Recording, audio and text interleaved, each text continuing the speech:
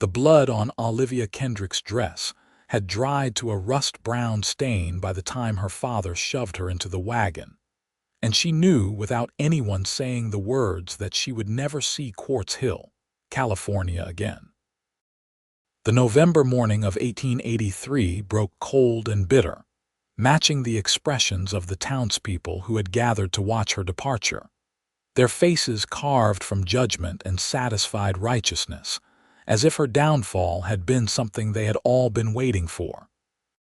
She was 21 years old, unmarried, and had just lost a child in the most violent and painful way imaginable, bleeding through 3 days of agony in a back room while the town doctor refused to come because her condition was a consequence of sin. The baby had never drawn breath, born too early and too small, and now Olivia was being sent 300 miles north to Sacramento to live with an aunt she had never met, a woman who had also fallen from grace decades ago and understood what it meant to be cast out.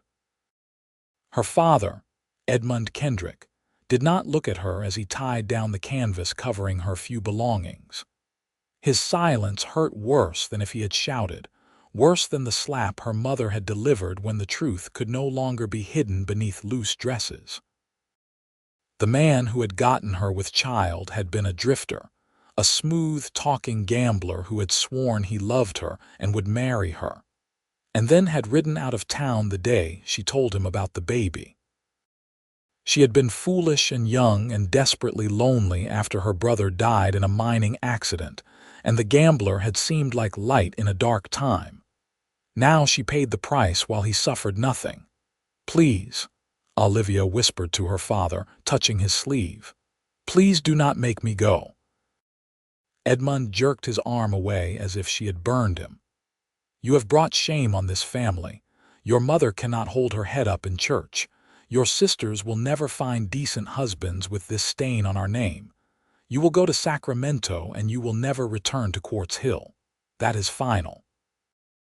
The wagon driver was a hired man, a stranger with tobacco-stained teeth who looked at Olivia with a mixture of pity and contempt. She climbed into the wagon bed, her body still aching from the ordeal of the miscarriage, and pulled a thin blanket around her shoulders. The morning air smelled of wood smoke and the coming winter. In the distance, the San Gabriel Mountains stood sharp against the pale sky, their peaks already dusted with snow. As the wagon lurched forward, Olivia turned for one last look at the only home she had ever known. The small mining town sprawled across the arid landscape, its buildings weathered and dust-covered, but beautiful to her in the way that home always is. She saw her mother standing on the porch of their house, her face turned away. She saw the general store where she had bought ribbons for her hair. She saw the church where she had been baptized and confirmed, and where she would now never be welcomed again. And she saw him. Kieran Quinn stood outside the livery stable, his hat in his hands, his dark hair ruffled by the wind. He was watching her with an expression she could not read from this distance, but the fact that he was there at all made something twist painfully in her chest. Kieran was 24, a cowboy who worked at the Quinn ranch that his father owned just outside of town. He had always been kind to Olivia, had danced with her at community gatherings, had tipped his hat to her on the street. He had never treated her with anything but respect, which was more than could be said for most men in town. She had not expected him to come see her off. She had not expected anyone to care. The wagon rolled past the livery, and Kieran's eyes met hers for just a moment.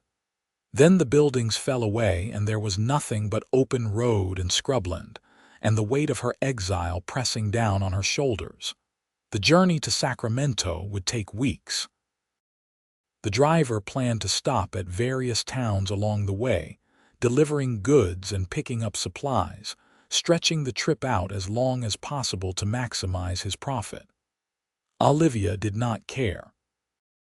Every mile that passed beneath the wagon wheels was a mile further from the life she had known, the hopes she had cherished, the future she had imagined. She was being erased from Quartz Hill as surely as if she had died. That first night they camped beside the road, and Olivia lay beneath the wagon wrapped in her blanket, staring up at the undercarriage and listening to the driver snore by the fire. Her breasts still ached with milk that had come in for a baby who would never nurse. Her body felt like a betrayal, continuing its natural processes even though there was no longer any purpose to them.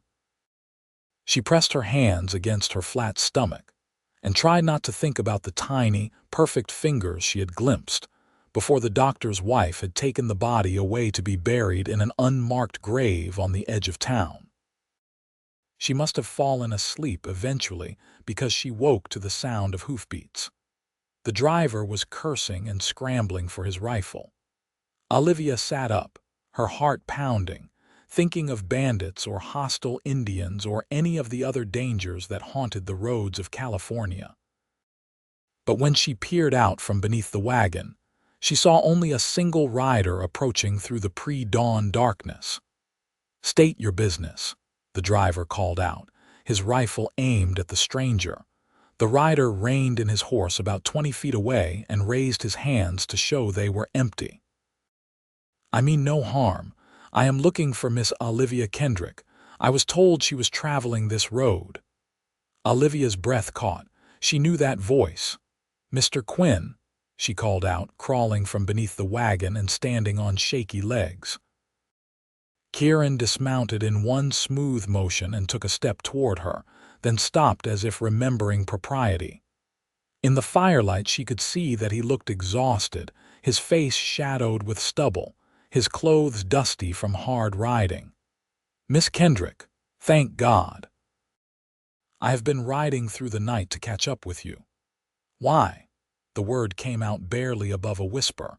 The driver lowered his rifle but kept it ready, watching the exchange with open curiosity.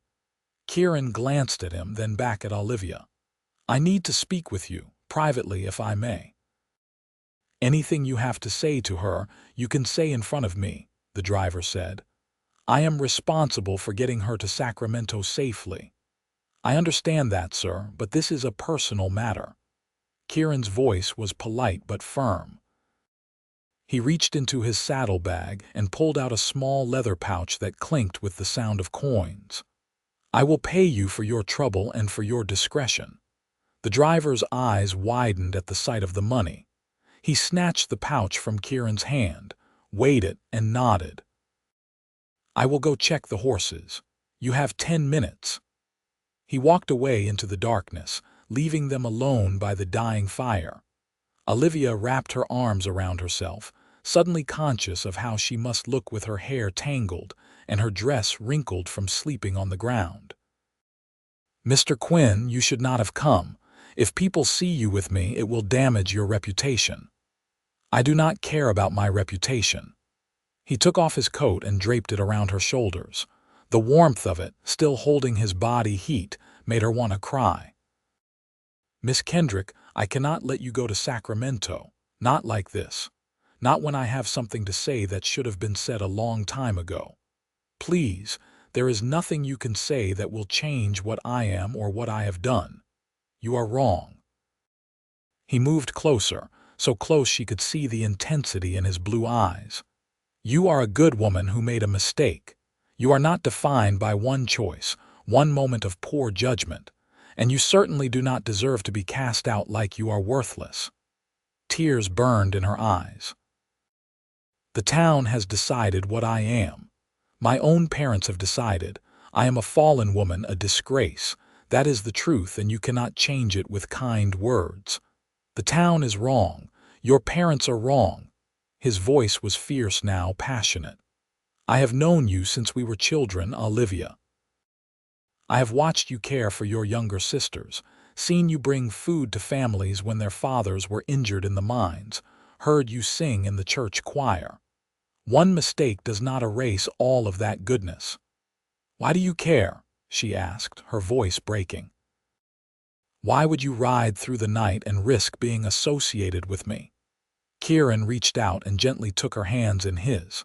His palms were calloused from years of ranch work, warm and strong. "Because I have been in love with you for 3 years, and I was a coward who never told you. I watched you smile at that gambler and I said nothing. I watched you fall for his lies and I kept silent because I thought I was not good enough for you, that you deserved someone better than a simple cowboy. And now you are suffering because I did not speak up when I should have." Olivia stared at him, unable to process what she was hearing. "Kieran, you cannot mean that. I mean every word." He squeezed her hands. "Come back to Quartz Hill with me. Be my wife. Let me give you the protection of my name and my home. Let me show the town that you are worthy of love and respect." "No." She pulled her hands away, stepping back. "No, I cannot let you do that. Marrying me would ruin you. Your father would disown you. The townspeople would turn against you. I will not let you sacrifice everything for me." "It would not be a sacrifice. It would be the greatest honor of my life." He followed her, not letting her retreat. "Olivia, I am not asking you to love me. I know your heart is hurting. I know you may never feel for me what I feel for you. I am only asking you to let me take care of you, to give you a safe place to heal and rebuild your life. Whatever you can give me in return will be enough. You say that now, but you would grow to resent me. Every time someone whispered about me, every time you saw disappointment in your father's eyes, you would remember that you threw your life away on a woman who was not worth it. You are worth it," he said fiercely. "You are worth everything." The driver's footsteps were returning. Time was running out. Olivia looked up at Kieran, at this man who was offering her something she had thought was lost forever, and she wanted so desperately to say yes. But she could not be that selfish. She could not let him tie himself to her ruin. "Go home, Kieran," she whispered. "Find a good woman who will bring honor to your name. Forget about me." The pain that flashed across his face nearly broke her resolve. "I cannot forget you. I will never forget you. Then remember me as I was before, not as I am now." She slipped his coat from her shoulders and handed it back to him. "Please, if you truly care for me, let me go." The driver emerged from the darkness, making it clear their time was up. Kieran took his coat, his jaw tight, his eyes blazing with emotions he was fighting to control. "I will not give up on you, Olivia Kendrick. I will come to Sacramento, I will find you, and I will ask you again to be my wife." "You will be wasting your time," she said, but her voice lacked conviction. "That is my time to waste." He mounted his horse in one fluid motion, looking down at her with such determination that she felt something flutter in her chest. "This is not over." He rode back toward Quartz Hill as the sun began to rise, and Olivia climbed back into the wagon with her heart in chaos. The driver said nothing, but she caught him watching her with a speculative expression throughout the day as they continued north. The journey stretched on.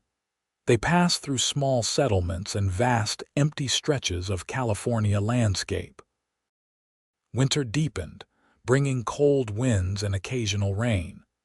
Olivia's body slowly healed from the miscarriage, but her heart remained raw. She thought about Kieran constantly, about his declaration of love, about the offer she had refused. Part of her wished she had said yes.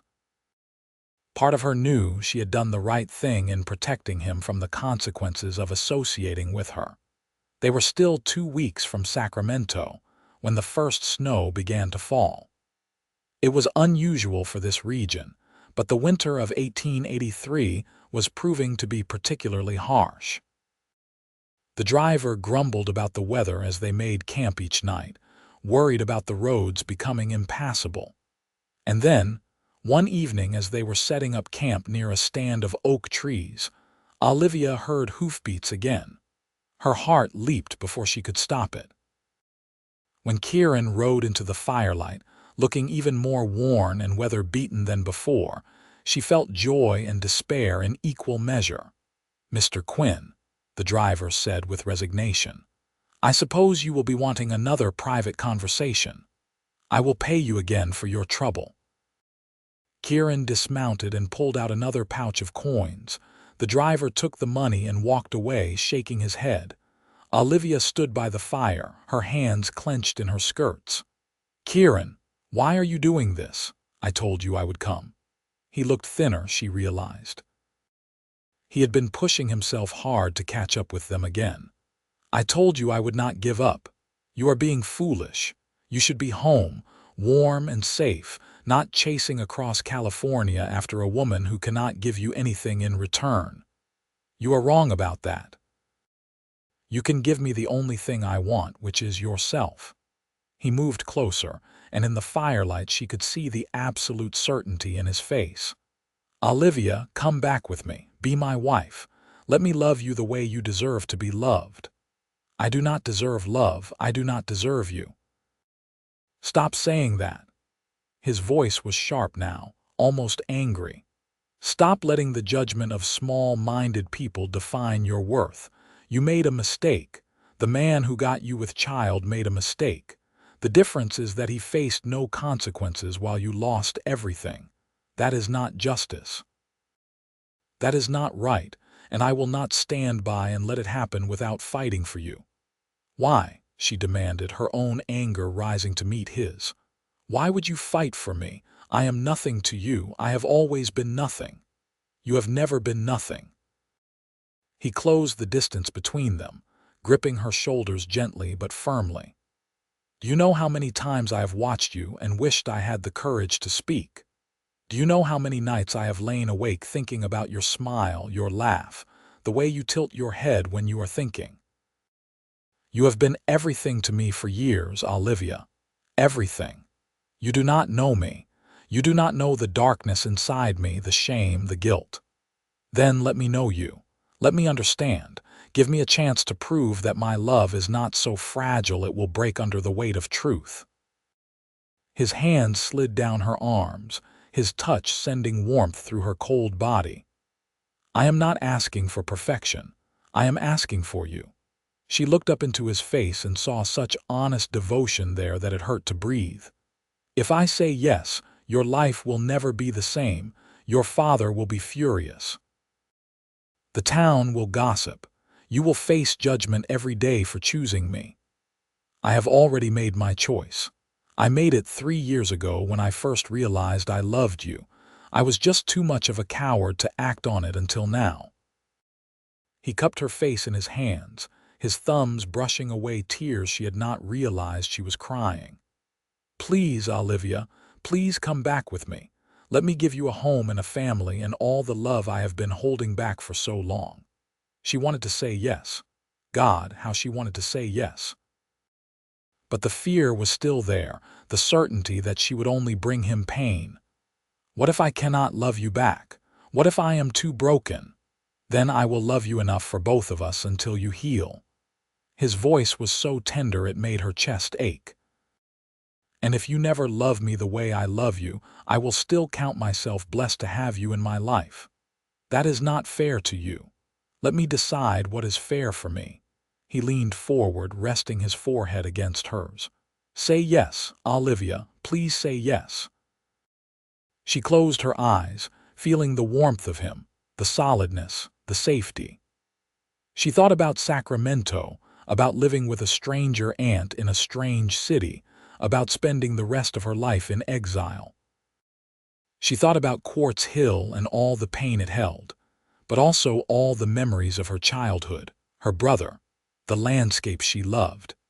And she thought about Kieran, who had ridden through the cold and dark to find her, who was offering her everything with no guarantee of anything in return. "Yes," she whispered. "Yes, I will marry you." She felt his breath catch, felt his arms go around her, pulling her close. He held her like she was precious, like she was something to be cherished. And for the first time since the gambler had ridden away, she felt like maybe she was not completely broken after all. "Thank you," he breathed against her hair. "Thank you." The driver returned and seemed unsurprised to learn that plans had changed. Kieran paid him handsomely for his trouble and for his silence. and the man agreed to carry a message to Olivia's aunt in Sacramento, explaining that she would not be arriving after all. Then Kieran and Olivia prepared to ride back to Quartz Hill. "It is going to be a hard journey," Kieran warned as he helped her onto his horse. "The weather is turning worse. We will need to ride together and move as quickly as we can." "I am not afraid," Olivia said, and realized it was true. With Kieran's arms around her as they rode, she felt safer than she had in months. They traveled south through increasingly brutal weather. The snow that had been light at first grew heavier, and within 2 days they were riding through what the locals would later call the worst winter storm in a decade. The temperature dropped until their breath frosted in the air and ice formed on the horse's mane. They stopped only when absolutely necessary, pushing themselves and the horse to the limits of endurance.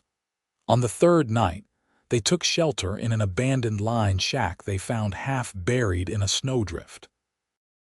Kieran built a fire in the old stone fireplace while Olivia tended to the horse, rubbing it down with handfuls of dry grass and making sure it was as protected as possible from the wind.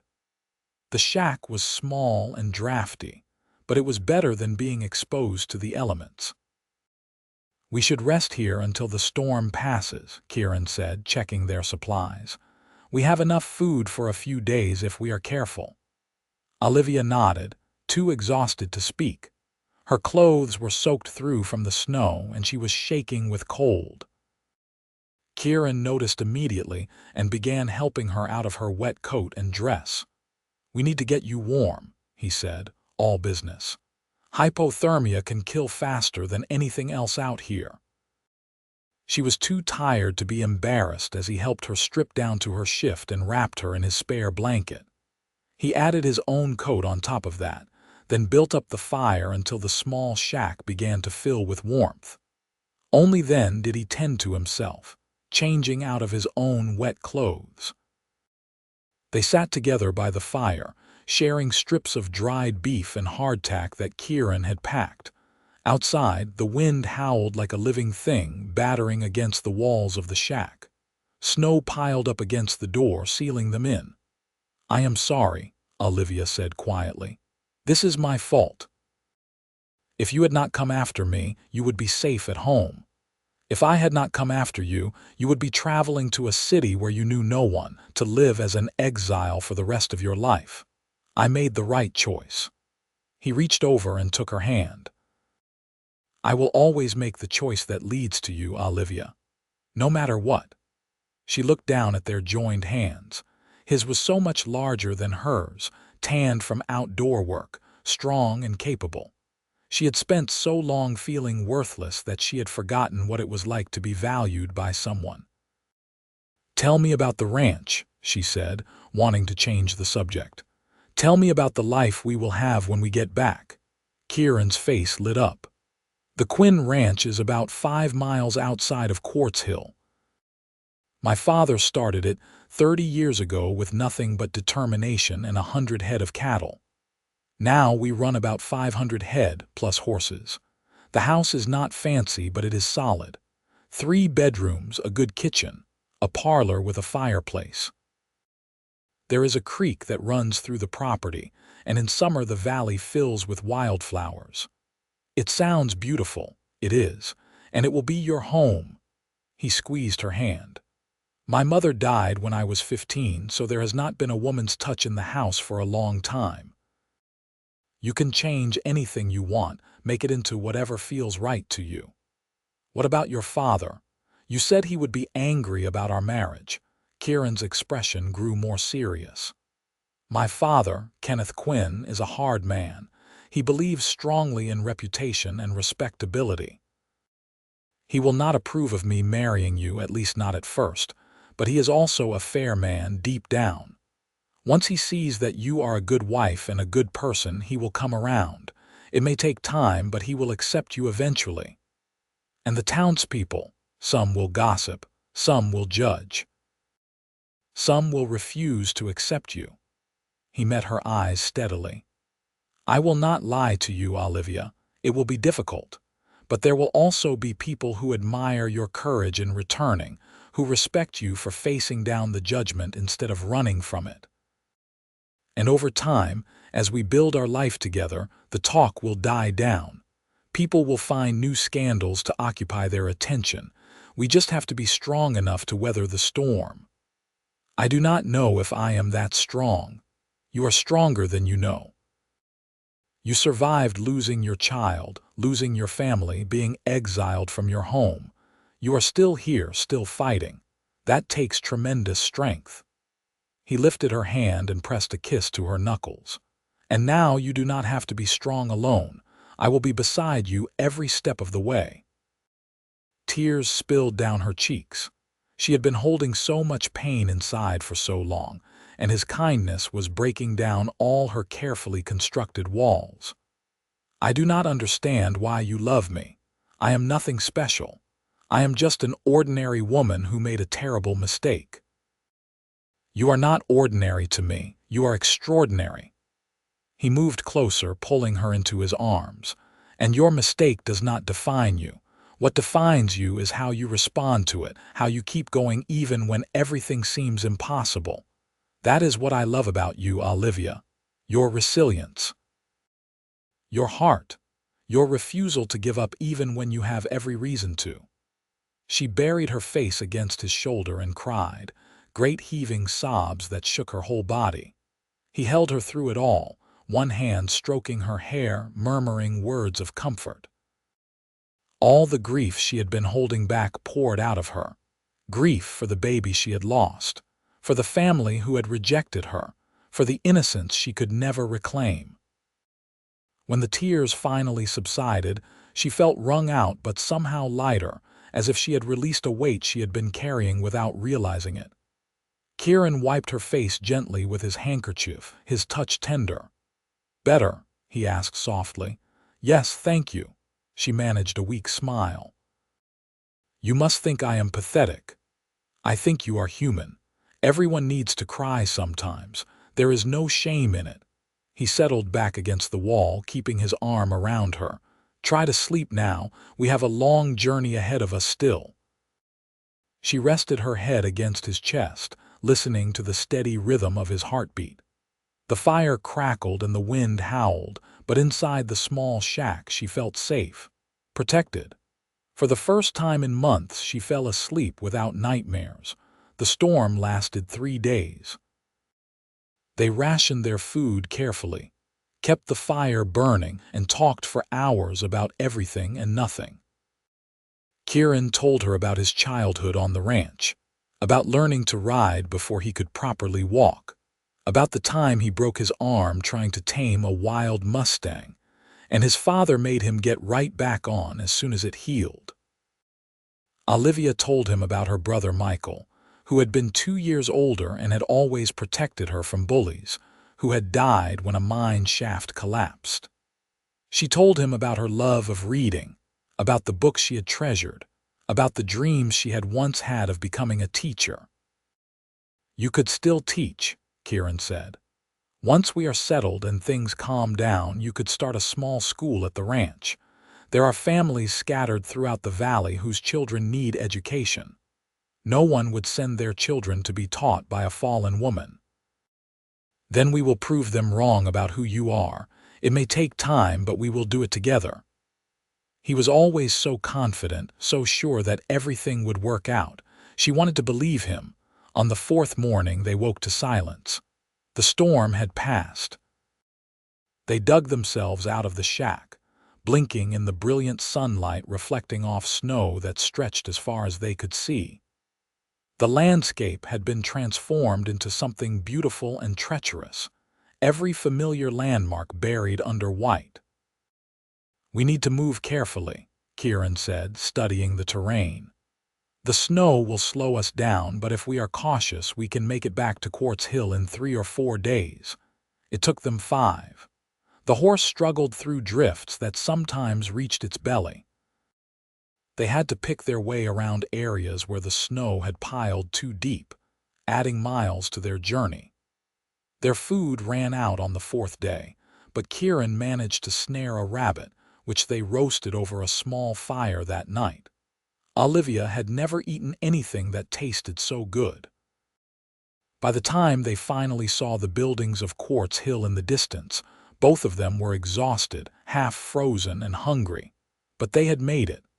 They had survived the winter and the journey, and now they faced whatever came next. "Ready?" Kieran asked, reining the horse to a stop on a ridge overlooking the town. Olivia looked down at the place that had rejected her, the place that would now have to accept her as Kieran Quinn's wife. She felt fear, but she also felt determination. She had been through too much to let the opinions of others destroy her now. "I am ready," she said. They rode into town in the late afternoon. People stopped and stared as they passed. Whispers followed in their wake. Olivia kept her head high, her spine straight, even though she wanted to hide her face. Kieran rode with one arm around her waist, a clear statement of possession and protection. He took her straight to the church. Reverend Matthews was in his study, preparing Sunday's sermon, and he looked up in shock when Kieran knocked on his door. "Kieran Quinn, we thought you were lost in the storm. Your father has been beside himself with worry." Then the Reverend's eyes fell on Olivia, and his expression hardened. "Miss Kendrick, I am surprised to see you here. I was told you were on your way to Sacramento." "Plans changed," Kieran said firmly. "Reverend Matthews, I am here to ask you to marry us, today if possible." The Reverend's mouth fell open. "Marry you, Kieran? Surely you cannot be serious." "This woman is going to be my wife," Kieran interrupted. "I love her, and she has agreed to marry me. I am asking you as a man of God to perform the ceremony. Your father will never approve. Have you thought about what this will do to your family's standing in the community?" "I have thought about nothing else for weeks, and I have decided that Olivia's happiness and safety are more important to me than reputation or standing or anything else." Kieran's voice was steel. "Will you marry us or not?" Reverend Matthews looked between them, clearly torn. Finally, he sighed. "Very well. But I must insist on speaking with Miss Kendrick alone first. I need to ensure she is entering into this marriage of her own free will and not under duress." Kieran looked ready to argue, but Olivia touched his arm. "It is all right, I will speak with him." Reluctantly, Kieran left the study. The Reverend gestured for Olivia to sit, then took his own seat behind the desk. For a long moment he simply looked at her, and she forced herself to meet his gaze without flinching. "Miss Kendrick, I have known Kieran Quinn since he was a boy. He is a good man, an honorable man. I do not want to see him ruin his life by making an impulsive decision based on misguided compassion." "This is not your decision to make," Olivia said quietly. "It is ours. Do you love him?" The question caught her off guard. She opened her mouth to lie, then stopped. "I do not know. I respect him greatly. I am grateful to him. I believe I could love him given time, but love is not why I am marrying him." "Then why are you?" "Because he is offering me something I thought I had lost forever, a chance at a normal life. A home, a family, dignity." She met the Reverend's eyes steadily. "I know what the town thinks of me. I know I am considered fallen, ruined, beyond redemption. But Kieran sees something worth saving in me, and I am going to spend the rest of my life trying to be worthy of that faith. And if he grows to regret his choice, then I will bear that pain and not burden him with it. I will be the best wife I can be, and if that is not enough, at least I will know I tried." Her voice grew stronger. "Reverend Matthews, I am not asking you to approve of me. I am only asking you to perform a marriage ceremony. Can you do that, or do I need to find someone else who will?" The Reverend studied her for another long moment, then nodded slowly.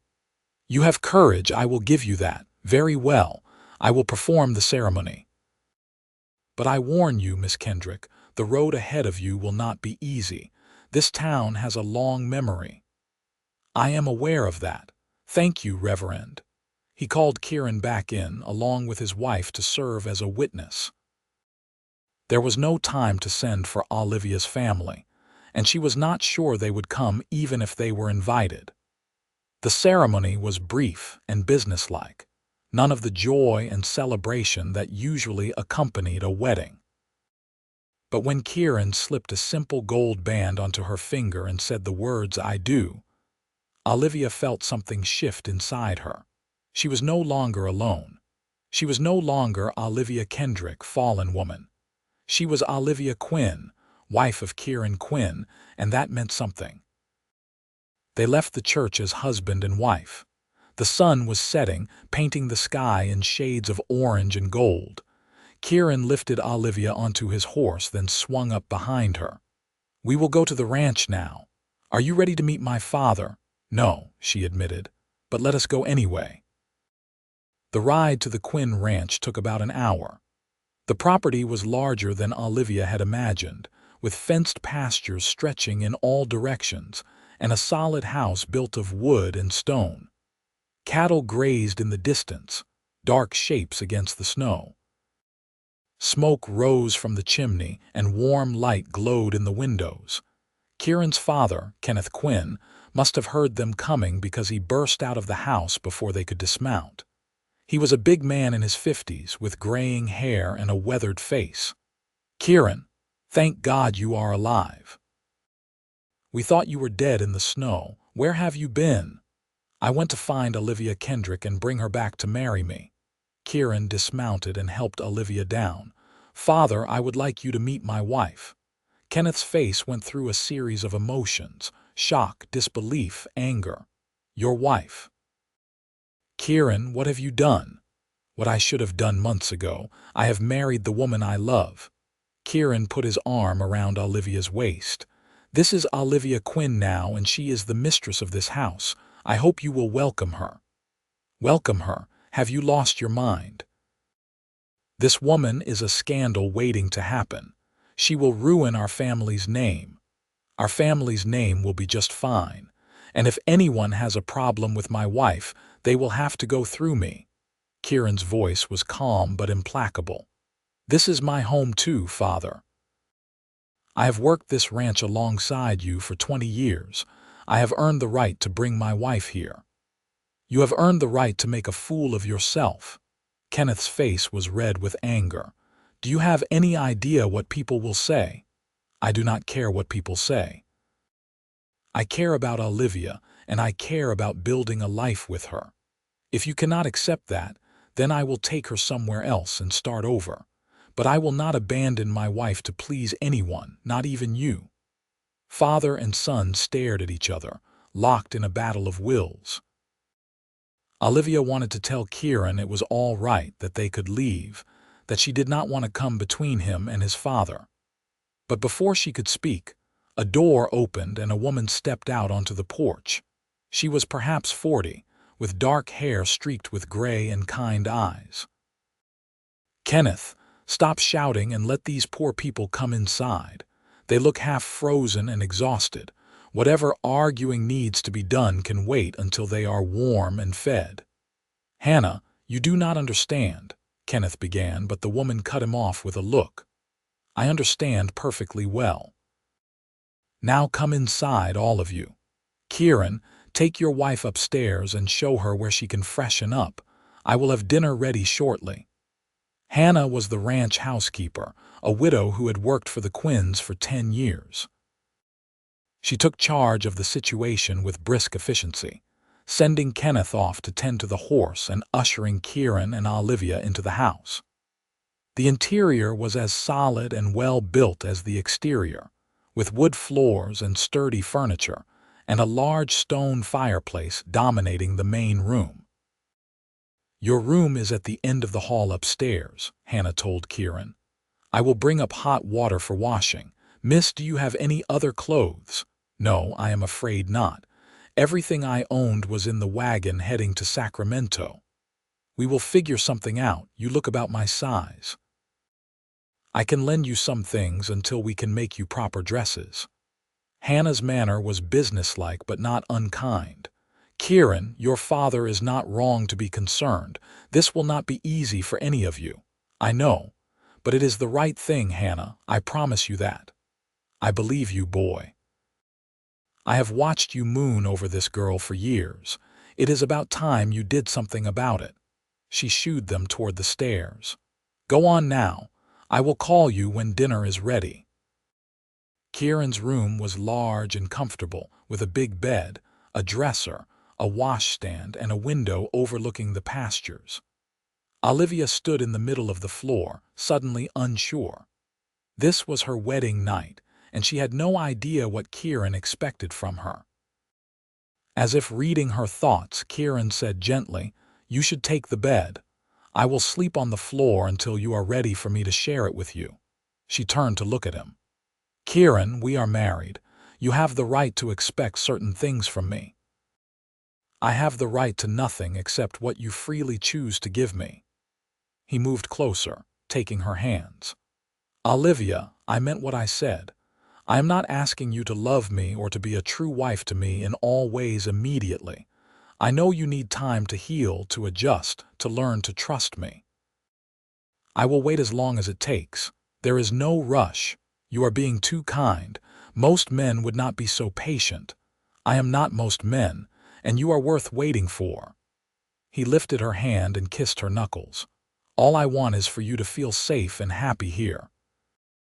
Everything else will come in its own time or not at all.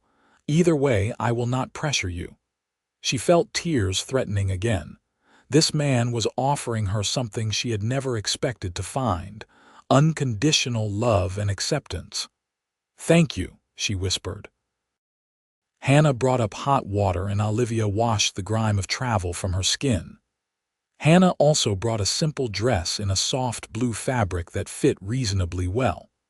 By the time Olivia made her way downstairs, her hair braided and pinned up, she felt almost human again. Dinner was an awkward affair.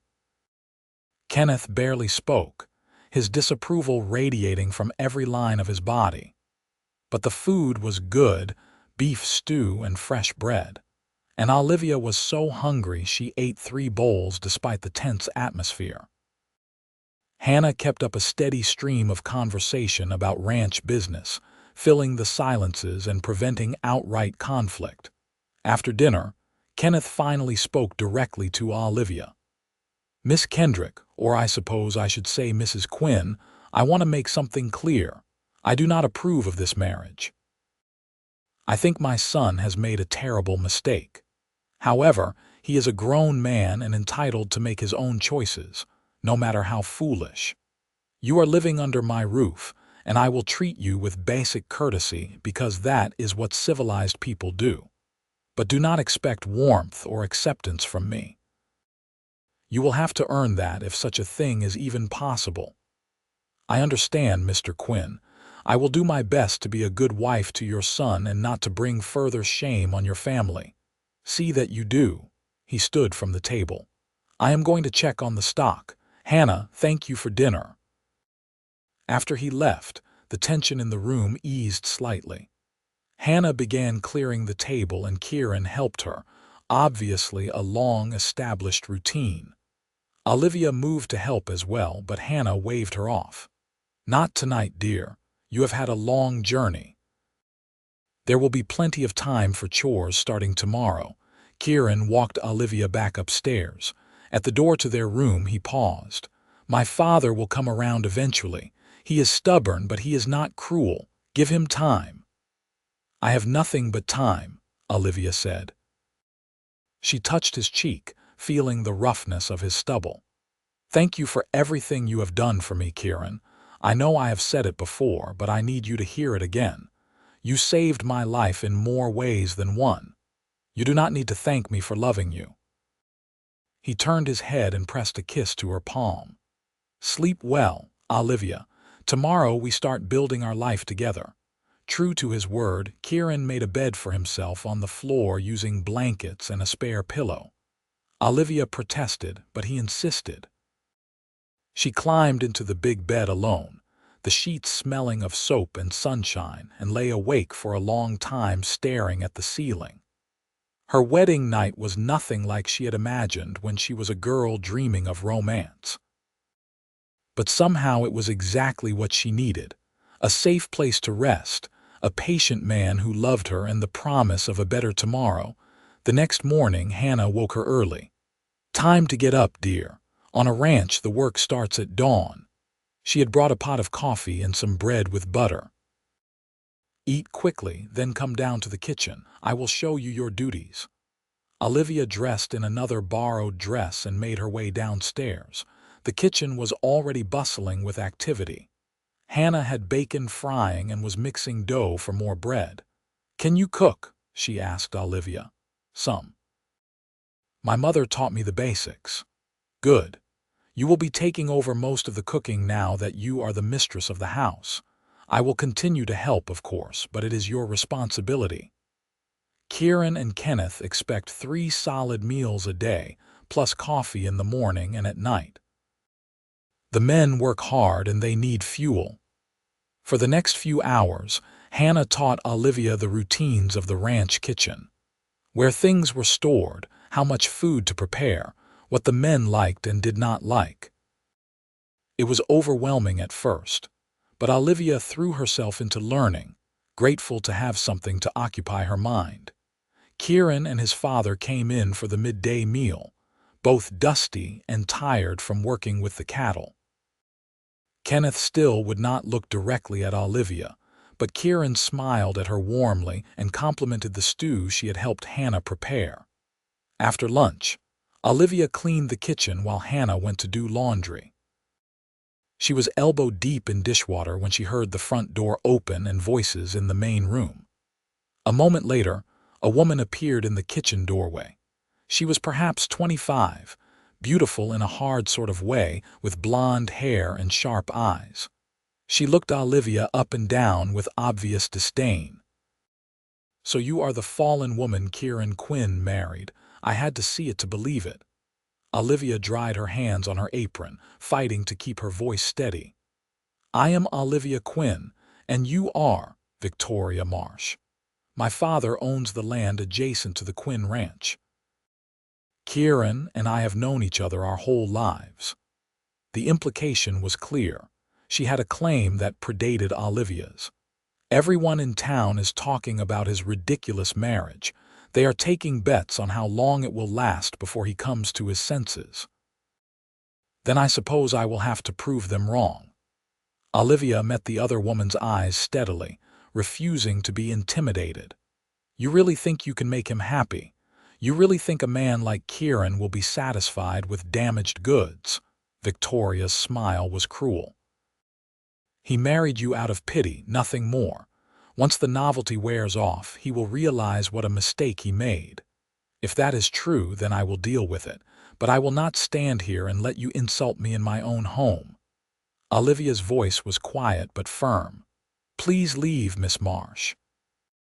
This is not your home. This is the Quinn family home, and you are nothing but an interloper. Kenneth agrees with me, even if he is too polite to say it to your face." I said leave. Olivia took a step forward. Now, for a moment, Victoria looked like she might argue. Then she turned on her heel and stalked out, slamming the door behind her. Olivia stood in the kitchen, shaking with anger and hurt until she felt arms go around her from behind. "I heard," Kieran said softly. "I am sorry. Victoria has always been possessive. She thought we would marry someday, even though I never gave her any reason to think that. She said you married me out of pity. She is wrong. I married you because I love you." He turned her around to face him. "Do not let her words poison your mind, Olivia. She is angry and jealous and she wants to hurt you. Do not give her that power. It is hard not to believe her when I know how much you have sacrificed for me. I have sacrificed nothing. I have gained everything." He kissed her forehead gently. "You are my wife, and I am proud of that. Do not ever doubt it." She wanted to believe him. She wanted to trust that his love was real and lasting. But the seeds of doubt Victoria had planted kept growing in the back of her mind. The weeks passed slowly. Winter maintained its grip on the valley, and Olivia settled into the routines of ranch life. She learned to cook meals that satisfied the men, to manage the household accounts, to preserve food for the months ahead. Hannah was a patient teacher, and slowly Olivia began to feel competent in her new role. Kenneth remained distant, speaking to her only when necessary. But she noticed small things that gave her hope. He ate everything she cooked without complaint. He left the warmest spot by the fire for her in the evenings, and once she caught him almost smiling when she made a joke at dinner. It was not acceptance, but it was not outright hostility either. Kieran was everything a husband should be: patient, kind, supportive. He came in from long days of hard work and still took time to sit with her in the evenings, telling her about his day, asking about hers. He brought her small gifts: a book from the general store, a ribbon for her hair, a smooth stone he found that reminded him of her eyes. He never pushed her for physical intimacy beyond holding her hand or kissing her cheek, even though she knew he wanted more. And slowly, carefully, Olivia began to fall in love with him. It happened in small moments. The way he laughed at something Hannah said, the gentleness with which he treated an injured calf, the sight of him coming in from the cold, his cheeks red and his eyes bright, the sound of his voice in the darkness as they lay in their separate beds, talking about their dreams for the future. One night in late January, she finally found the courage to speak. "Kieran." Yes, he was on his makeshift bed on the floor as always. "Will you come sleep in the bed with me?" She heard him go very still. "Olivia, you do not have to. I know I do not have to. I want to." She sat up, looking down at him in the moonlight filtering through the window. "I want to be a true wife to you in every way if you still want me, if I still want you." He was on his feet in an instant, kneeling beside the bed. "Olivia, I have wanted you since the moment I first realized I loved you, but are you sure? I do not want you to feel obligated. I am sure." She reached out and touched his face, tracing the line of his jaw. "I love you, Kieran Quinn. It took me too long to realize it, but I do. I love you for your kindness, your patience, your unwavering faith in me, and I want to show you that love." His breath caught. "You love me." "I love you," she repeated, and saying it out loud felt like the most natural thing in the world. "Come to bed, husband. Let me prove it." He needed no further invitation. He climbed into the bed beside her and pulled her into his arms, and for the first time since their marriage, they came together as husband and wife. It was tender and sweet, and nothing like her experience with the gambler, which had been hurried and selfish. Kieran took his time, making sure she felt pleasure, whispering words of love against her skin. When it was over, she lay in his arms feeling whole in a way she had not felt in a very long time. "I love you," Kieran whispered into her hair. "I will love you until the day I die and beyond."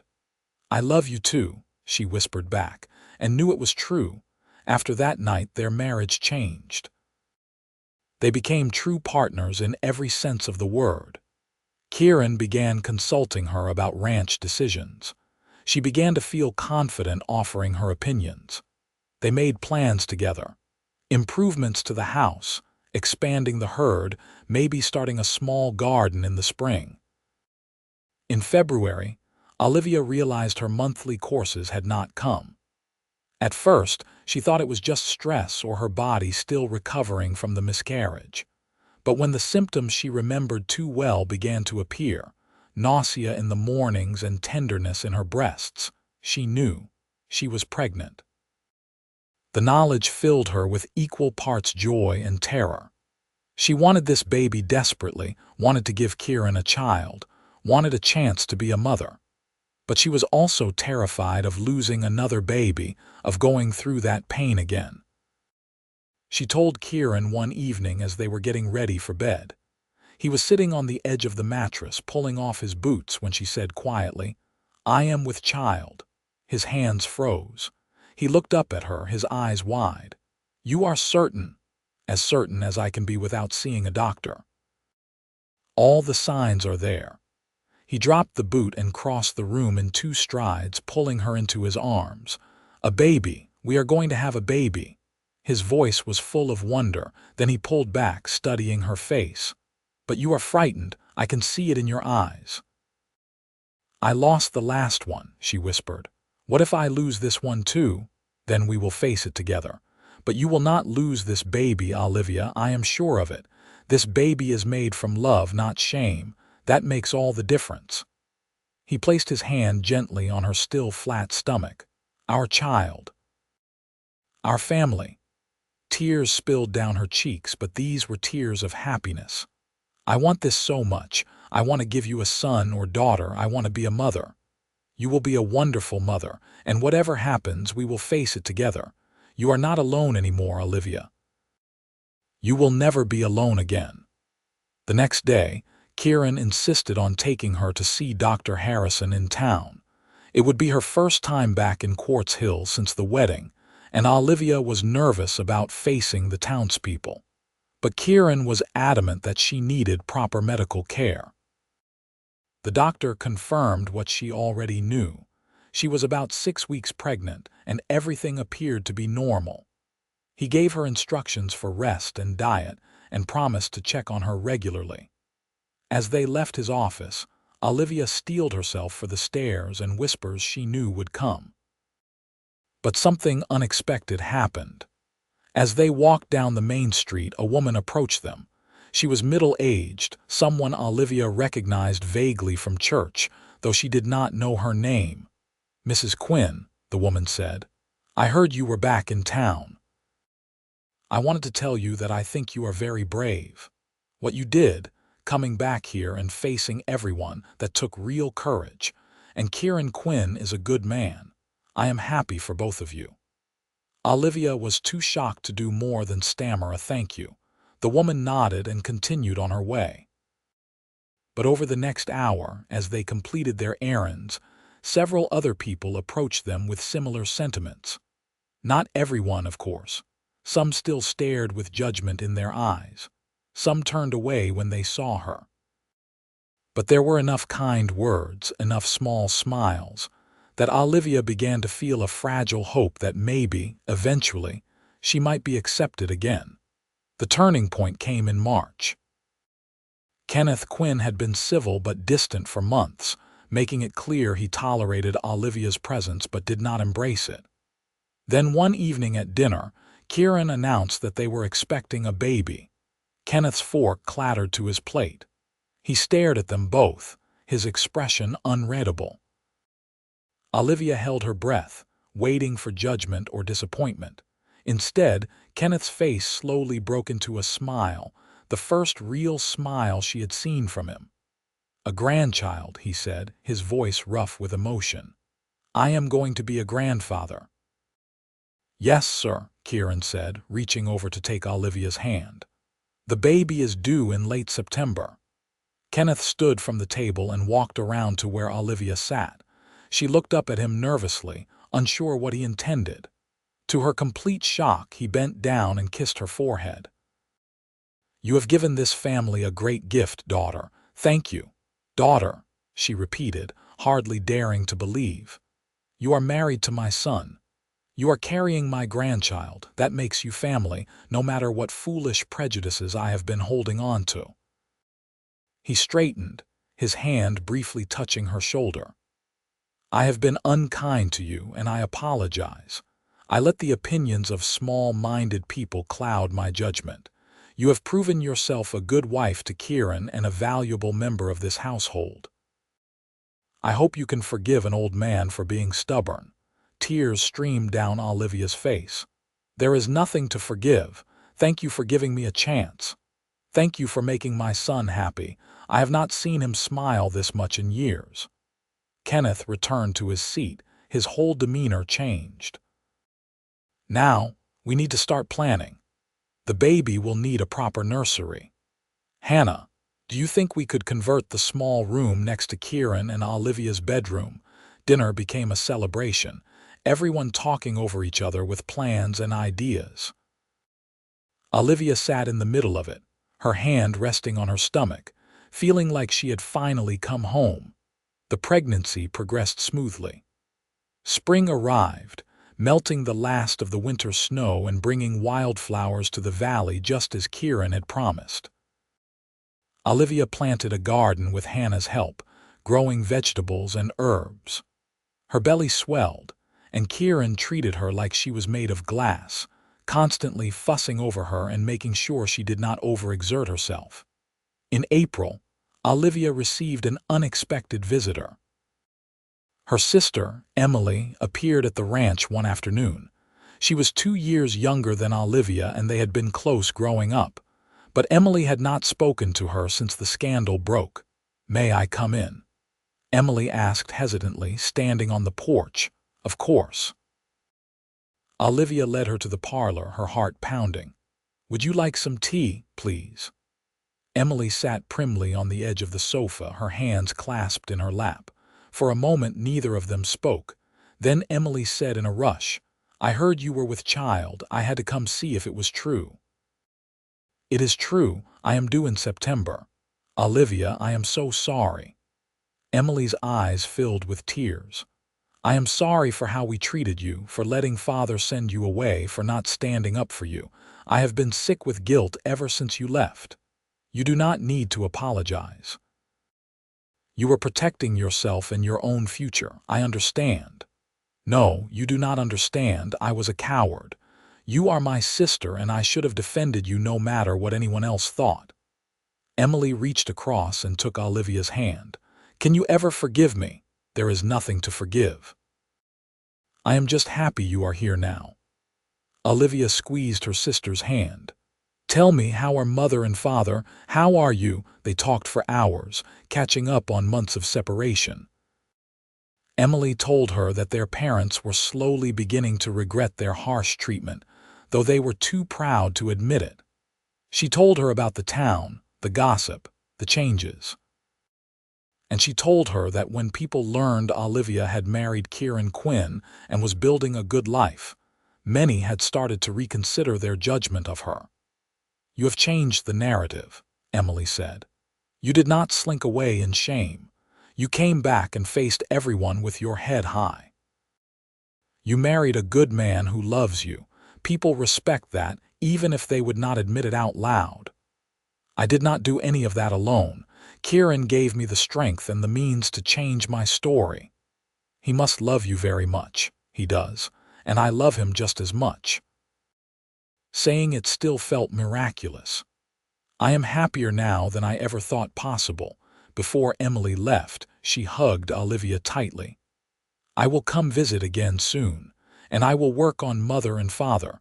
Maybe by the time the baby is born, they will be ready to reconcile." After Emily's visit, Olivia felt like a door had been opened. If her sister could forgive her, if some of the townspeople were willing to give her a second chance, then maybe redemption was truly possible.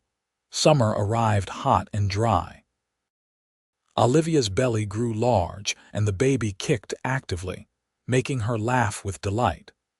Kieran would place his hand on her stomach in the evenings, marveling at the movements of their child.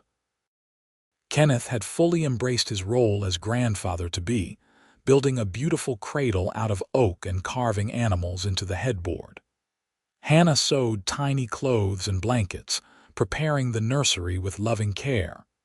In August, Olivia's parents sent a letter. It was stiff and formal, but it was something. An acknowledgement of the coming grandchild and a tentative offer to visit after the birth. Olivia cried when she read it, and Kieran held her, understanding that these were tears of relief and healing. On September 23, 1884, Olivia went into labor. It was long and difficult, lasting through the night and into the next day. Kieran held her hand through it all, ignoring the tradition that men should not be present for births. Dr. Harrison praised her strength and determination. And finally, as the sun set on the second day, Olivia gave birth to a healthy baby boy. A son, Kieran breathed, tears streaming down his face as the doctor placed the baby in his arms. "We have a son." The baby had a shock of dark hair and blue eyes that would probably change color in the coming weeks. He was perfect in every way, his tiny fingers grasping at air, his cry strong and healthy.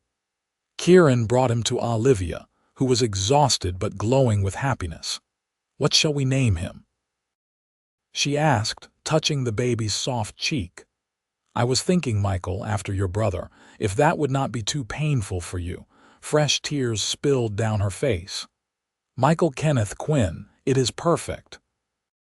Kenneth came to meet his grandson an hour later, and the tough old rancher broke down and cried when he held the baby. "He looks like you did as an infant," he told Kieran. "Same stubborn chin." Over the next few days, a steady stream of visitors came to meet the baby. Emily came, and she brought their parents. The reunion was awkward at first, but when Olivia placed baby Michael in her mother's arms, something broke in the older woman. She began to cry and apologize, and Olivia forgave her because that was what family did. The townspeople who had once shunned her now came to offer congratulations and gifts. It seemed that the birth of an innocent baby had finally erased the last of the scandal. Olivia was no longer the fallen woman. She was Mrs. Kieran Quinn, respectable wife and mother, valued member of the community. In November, on the anniversary of the day she had been sent away, Olivia stood on the porch of the ranch house holding her son and watching Kieran work with the horses in the corral. The fall air was crisp and clean, carrying the scent of dried grass and distant mountains. So much had changed in 1 year. She had gone from exile to redemption, from shame to honor, from loneliness to love. Kieran looked up and saw her watching. He waved, his smile bright even from a distance. She waved back, her heart full to overflowing. That evening, after Michael was asleep in his cradle and the house was quiet, Olivia and Kieran sat together by the fire. He had his arm around her, and she leaned into his warmth, content. "You ever regret it?" she asked quietly. "Coming after me, marrying me, all of it?" "Not for one single second." He kissed the top of her head. "You are the best thing that ever happened to me, Olivia. You and Michael both. I was so broken when you found me. I did not think I could ever be whole again. You were never broken. You were wounded, but that is different, and wounds can heal given time and love." He tilted her face up to look at him. "I am so proud of you, Olivia. Proud of your strength, your courage, your capacity to forgive. You have overcome so much. I could not have done it without you. You saved me in every way a person can be saved. We saved each other. I was half alive before you, going through the motions but never really feeling anything. You woke me up. You made me understand what it means to truly love someone." He kissed her softly. "I will spend the rest of my life thanking God that I was brave enough to follow you through that winter. And I will spend the rest of my life thanking God that you did." They sat in comfortable silence for a while, watching the fire burn down to embers. Outside, the first snow of the season began to fall, but inside they were warm and safe and surrounded by love.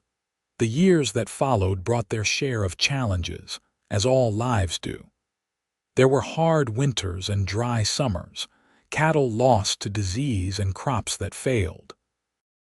Kenneth passed away peacefully in his sleep 5 years after Michael was born, leaving the ranch entirely to Kieran and Olivia. They grieved him deeply, but took comfort in knowing he had died happy, surrounded by family. Olivia and Kieran had 3 more children over the next decade. A daughter named Catherine, who had her mother's dark hair and her father's blue eyes. Then twin boys named Thomas and James, who were identical in every way and kept everyone constantly confused. The ranch prospered under their management, growing to become one of the most successful in the valley. Olivia eventually did start a small school, just as Kieran had suggested all those years ago. At first, only a few families sent their children, but as word spread about her patient teaching methods and genuine love for education, more and more students came. She taught reading and writing, arithmetic and history, giving children opportunities they might not otherwise have had. Victoria Marsh eventually married a banker from Los Angeles and moved away, though not before apologizing to Olivia for her cruelty all those years ago. Olivia forgave her, having learned that holding on to resentment only poisoned your own heart. Emily married a good man, a schoolteacher from Sacramento, and they settled in Quartz Hill to be near Olivia. The two sisters grew close again, their children growing up together as cousins should. Olivia's parents became regular visitors to the ranch, doting grandparents who spoiled the children and had long since made peace with their daughter's past. On their 20th anniversary, Kieran took Olivia back to the place where he had first caught up with her on the road to Sacramento. It was spring, and the landscape was green and alive with wildflowers. They stood together looking out over the land, remembering that desperate night when everything had changed. "You remember what you said to me?" Kieran asked, holding her hand. "You told me to go home and forget about you." "I remember. I was trying to protect you from yourself. And I told you I would never forget you, that I would come to Sacramento and ask you again to be my wife." He turned to face her, and even after 20 years his eyes still held the same love she had seen that first night. "Thank you for saying yes when I asked the second time. Thank you for asking. Thank you for not giving up on me when I had given up on myself." She touched his face, the lines there now deeper but no less dear. "You gave me everything, Kieran. A home, a family, a future. You gave me back my life. You gave me purpose. Before you, I was just existing. After you, I was truly living." He kissed her, and it was as sweet and tender as their first kiss had been. "I love you, Olivia Quinn. I will love you until my last breath and beyond. And I love you forever and always." They rode back to the ranch as the sun set, painting the sky in brilliant shades of orange and gold. The house was warm with lamplight and alive with the sounds of their children. Michael, now 19 and nearly as tall as his father, was helping his younger siblings with their lessons. Catherine was setting the table for dinner. The twins were arguing about something in that intense way they had, finishing each other's sentences and thinking in tandem. This was home. This was family. This was the life Olivia had never dared to dream she could have, but that Kieran had given her through his unwavering faith and love. That night, after the children were all in bed and the house was quiet, Olivia stood at the window of their bedroom looking out at the stars. Kieran came up behind her, wrapping his arms around her waist and resting his chin on her shoulder. "What are you thinking about?" he asked. "About how different my life could have been if you had not come after me. I would be in Sacramento, alone and bitter, never knowing what it was to be truly loved, never knowing our children, never building this life." She turned in his arms to face him. "You changed the entire course of my life, Kieran Quinn.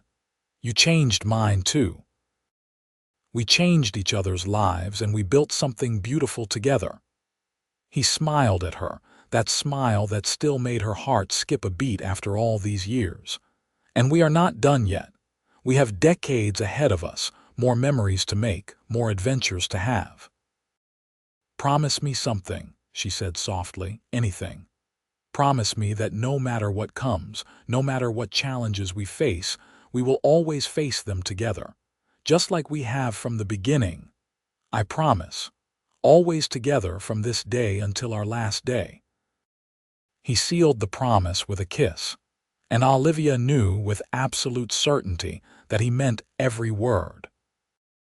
The winter that had once seemed so bitter and unforgiving, the winter through which Kieran had followed her saying, "Come back, be mine," had transformed into the foundation of a love that would last a lifetime.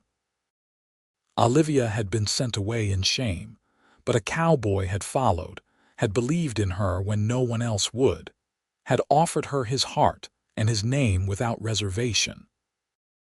And together they had built a life worth living, a love worth fighting for, a family that would carry their story forward into future generations.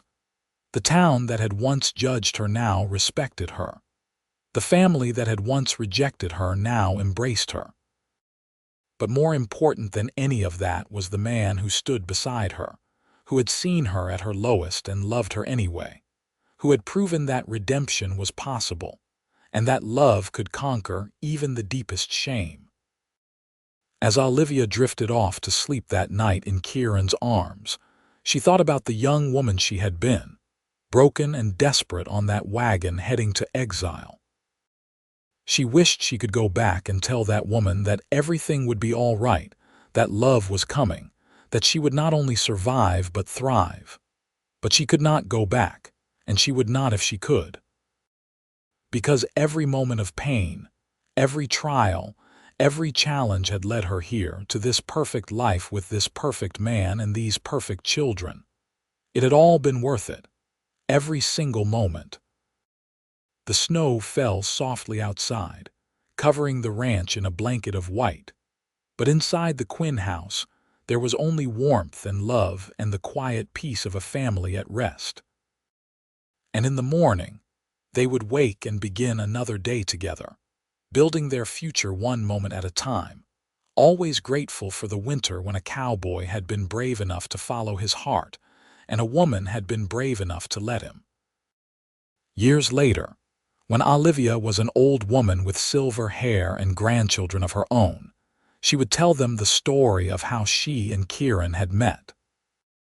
She would tell them about the shame and the exile, about the desperate journey through winter, about a man who had loved her enough to risk everything.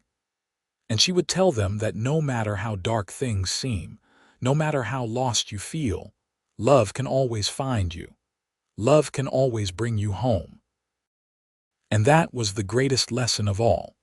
That home was not a place but a person, and she had found hers in Kieran Quinn, the cowboy who had followed through winter to bring her back to life and love.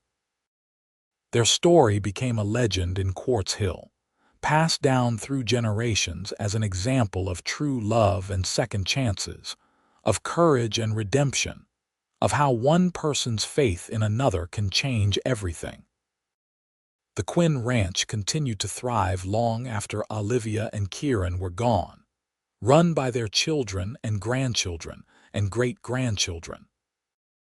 But the heart of it, the foundation, was always the love story of a woman sent away in shame and a cowboy who refused to let her go, who followed through winter saying, "Come back, be mine," and who spent the rest of his life proving that those words were more than just a promise.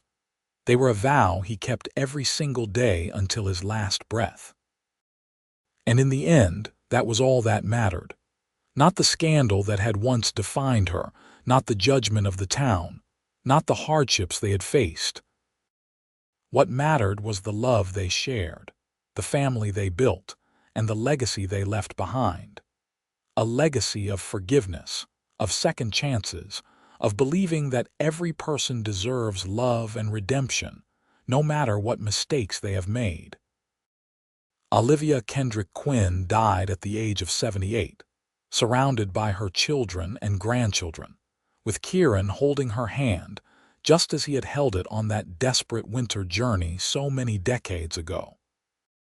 And as she took her last breath, she was smiling because she knew she had lived a good life, a full life, a life filled with more love than she had ever dared to dream possible.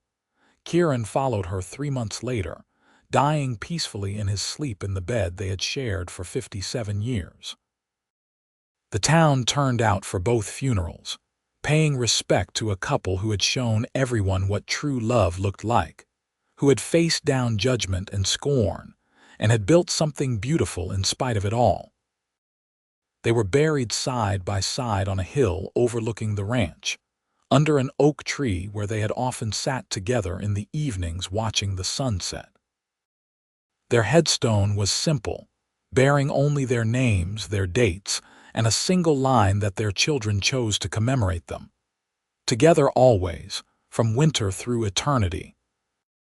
And on cold winter nights, when the snow falls heavy and the wind howls through the valley, locals swear they can sometimes see two figures walking hand in hand through the Quinn ranch.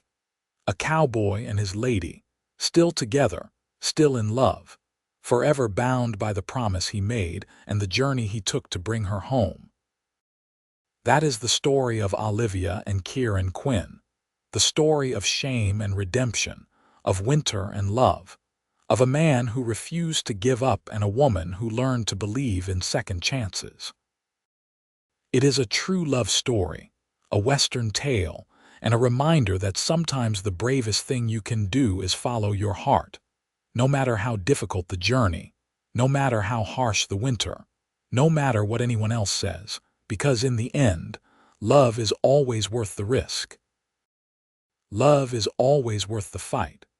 And love, true love, can survive anything as long as two people are willing to face the world together, hand in hand, heart to heart, from the first cold day of winter to the last warm day of summer and beyond into eternity.